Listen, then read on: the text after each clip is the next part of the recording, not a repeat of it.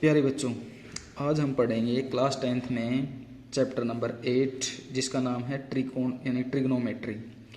और ट्रिग्नोमेट्री को हिंदी में बोलते हैं त्रिकोणमिति। और ये जो चैप्टर है ये आपके लिए वैसे 10th क्लास से पहले तो आपने पढ़ा ही नहीं होगा, क्योंकि आपने 10th क्लास में पढ़ रहे हो। तो 10th क्लास के लिए आपके लिए एक नया यानी कि चैप्टर हो गया, एक नया टॉपिक हो गया। और ट्रिग्नोमेट्री, तो सबसे पहले हम समझेंगे ट्रिग्नोमेट्री होती क्या है, किसे कहते हैं हम ट्रिग्नोमेट्री। तो ट्रिग्नोमेट्री होती है, जैसे हमारे पास अगर इसकी डेफिनेशन की बात करें तो trigonometry is the study of relationship between angles and sides of A triangle. यानी कि किसी भी ट्राइंगल में, जैसे कोई भी एक ट्राइंगल है, जैसे मान लो कोई भी एक ट्राइंगल आपको दे रखा है, जैसे एक ट्राइंगल हो गया ये, ठीक। इस ट्राइंगल में कितनी साइड्स होती हैं? 3 साइड्स होती हैं, 1 2 3। और इसके जो एंगल होते हैं हमारे पास, ये एंगल हो गई, ठीक है। तो ट्राइंगल में साइड्स और एंगल के बीच में जो संबंध होता है, जो रिलेशनशिप होती है, उसके बीच में जो संबंध होता है, तो उसी की जो स्टडी करते हैं वो हम ट्रिग्नोमेट्री के अंदर करते हैं। तो देखिए, जैसे मान लो आपने पढ़ा भी था, जैसे मान लो हमारे पास कोई भी एक राइट एंगल ट्राइंगल दे रखा है। जैसे राइट एंगल ट्राइंगल दे रखा है हमें, मान लिया हमने एक राइट एंगल ट्राइंगल ABC दे रखा है। एक राइट एंगल ट्राइंगल है जिसमें राइट एंगल मान लिया हमने B को, तो B हो गया राइट एंगल, बाकी इसको हम मान लेते हैं A एंगल और इसको हम मान लेते हैं C एंगल। तो ABC क्या हो गया? एक राइट एंगल ट्राइंगल हो गया जिसमें एंगल B क्या है? 90 डिग्री का है। तो आपने पढ़ा है, आपने पहले भी देखा होगा कि राइट एंगल ट्राइंगल के अंदर, राइट एंगल ट्राइंगल में जो 90 डिग्री वाला एंगल होता है, उस 90 डिग्री की जो अपोजिट साइड होती है ना, उसको हम क्या बोलते हैं? हाइपोटेन्यूज। क्या बोलते हैं? हाइपोटेन्यूज, ठीक है ना। और हिंदी में क्या बोला जाता है इसको? कर्ण। हिंदी में क्या बोला जाता है? कर्ण, ठीक। और ये हो गया हमारे पास एंगल A। अब इस एंगल A के लिए ये जो साइड होगी, इस साइड को हम क्या बोलेंगे?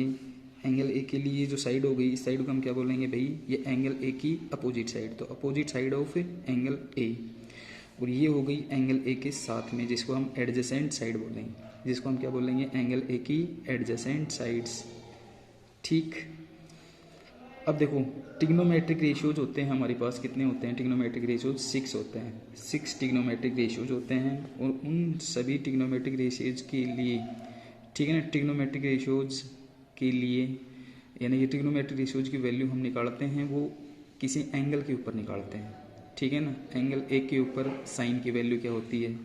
तो इस प्रकार से जो ट्रिग्नोमेट्रिक रेशियोज होते हैं वो कितने होते हैं हमारे पास? ट्रिग्नोमेट्रिक रेशियोज कितने होते हैं? 6 होते हैं। कितने होते हैं? 6 होते हैं। अब वो कौन कौन से होते हैं देखिए ध्यान से, समझिए इस चीज़ को। एक तो होता है हमारे पास साइन एक होता है हमारे पास कोसाइन, एक होता है हमारे पास कोसाइन, एक होता है हमारे पास टेंजेंट, ठीक है। और एक होता है हमारे पास कोसिकेंट,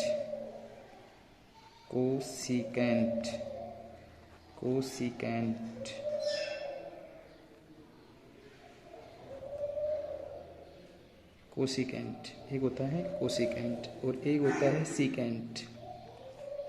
सीकेंट, और एक होता है कोटेंजेंट,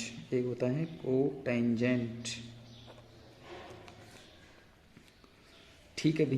तो कोटेंजेंट।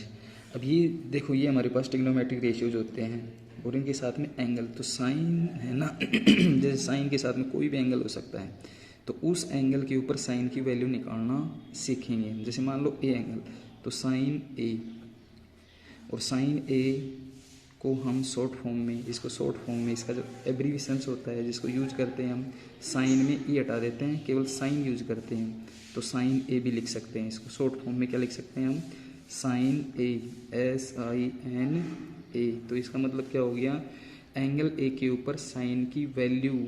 अब एंगल A के ऊपर साइन की वैल्यू क्या होती है? ध्यान दीजिए, अब डिपेंड करता है, जब ट्रिग्नोमेट्री यानी कि ट्रिग्नोमेट्री साइन ए की वैल्यू निकालनी है आपको, साइन ए की वैल्यू निकालनी है तो साइन के साथ में जो एंगल होता है, तो इस एंगल साइन के साथ में जो एंगल हो गया, जैसे हमारे पास एंगल ए है, तो एंगल ए हमारा राइट एंगल ट्रायंगल में ये है, तो जस्ट इसके सामने वाली साइड, एंगल ए के सामने वाली साइड क्या कहलाएगी भाई, परपेंडिकुलर कहलाएगी। क्या कहलाएगी, परपेंडिकुलर।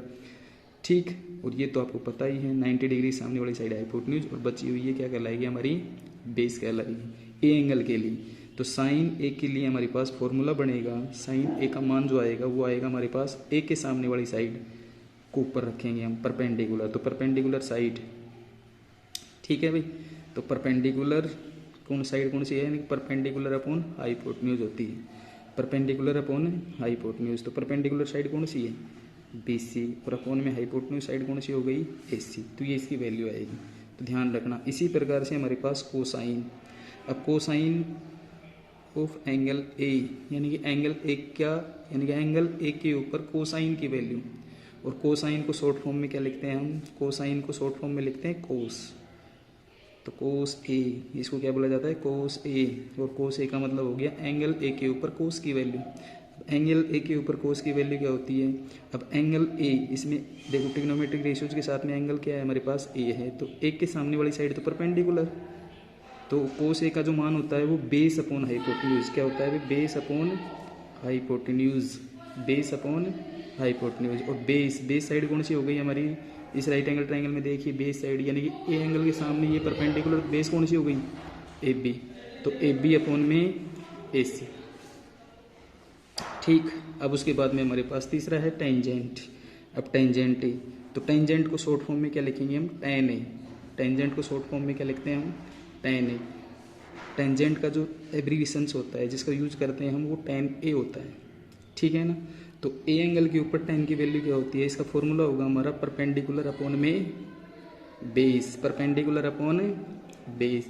अब ए एंगल के सामने राइट एंगल ट्रायंगल में देखो, इस ट्रिग्नोमेट्रिक रेशियोज के साथ में एंगल ए है, तो ए के सामने वाली साइड परपेंडिकुलर, तो परपेंडिकुलर कौन सी हो गई, BC, और अपॉन बेस कौन सी हो गई, AB। तो ये इसका फॉर्मूला हो गया, ये आपको याद रखना है। अब उसके बाद में कोसिकेंट, अब कोसिकेंट मान लो एंगल हमारे पास ए ही है, तो कोसिकेंट ए की वैल्यू कितनी आएगी, अब कोसिकेंट ए को शॉर्ट फॉर्म में क्या लिखते हैं हम, इसका एब्रीविएशन होता है कोसेक ए, कोसेक ए। अब कोसेक ए की वैल्यू क्या होगी, अब कोसेक थीटा का फॉर्मूला होता है हाइपोटेन्यूज अपॉन में परपेंडिकुलर, हाइपोटेन्यूज अपॉन परपेंडिकुलर, और हाइपोटेन्यूज साइड कौन सी है, AC, और अपॉन में परपेंडिकुलर साइड कौन सी हो गई, ए एंगल के सामने वाली side BC, AC upon BC। अब सीकेंट ए, अब सीकेंट ए की वैल्यू निकालनी है तो इसको शॉर्ट फॉर्म में लिखेंगे हम सेक ए, इसको शॉर्ट फॉर्म में क्या लिखेंगे हम, सेक ए इज इक्वल टू, अब सेक ए का मान यानी कि एंगल ए के ऊपर सेक की वैल्यू, अब एंगल ए के ऊपर सेक की वैल्यू निकालोगे आप, तो एंगल ए के ऊपर सेक की वैल्यू निकालेंगे तो इसके लिए फॉर्मूला होगा हमारे पास बेस अपॉन हाइपोटेन्यूज। तो ए एंगल के सामने साइड, इसके लिए देखो ए एंगल के लिए बेस कौन सी साइड हो गई, AB अपॉन हाइपोटेन्यूज AC, ठीक है ना। और कोटेंजेंट ए निकालना है हमें, एंगल ए के ऊपर कोटेंजेंट की वैल्यू, और इसको शॉर्ट फॉर्म में क्या लिख सकते हैं हम, कोट ए, क्या लिखते हैं, कोट ए। तो कोट ए का मान कितना आएगा भाई, कोट ए का फॉर्मूला होगा base upon perpendicular, base upon perpendicular. अब ए एंगल के लिए बेस साइड हो गई हमारे पास AB, और परपेंडिकुलर साइड कौन सी हो गई, BC, परपेंडिकुलर साइड कौन सी हो गई, BC।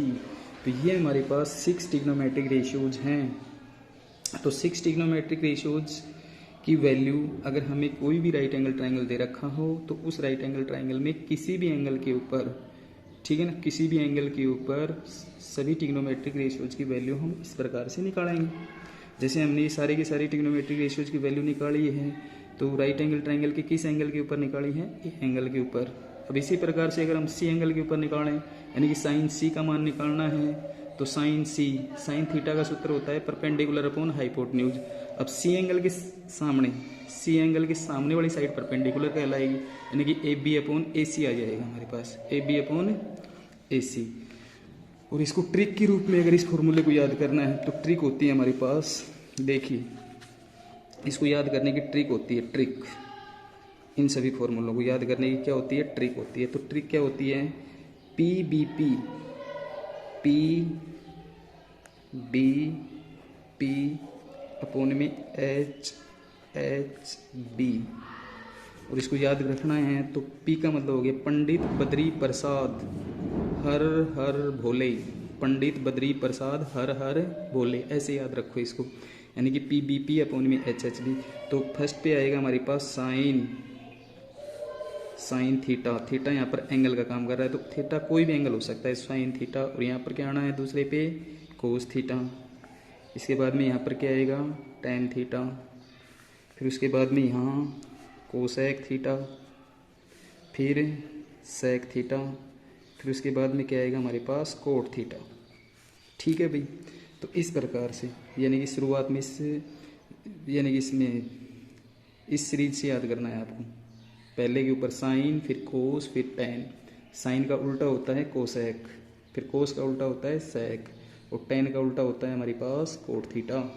तो यहाँ से हमारे पास देखेंगे तो साइन थीटा का फॉर्मूला क्या बन गया, perpendicular upon hypotenuse. Cos theta का formula base upon hypotenuse. Tan theta का फॉर्मूला बन गया परपेंडिकुलर अपॉन बेस। और कोसेक थीटा का फॉर्मूला बन गया हाइपोटेन्यूज अपॉन परपेंडिकुलर।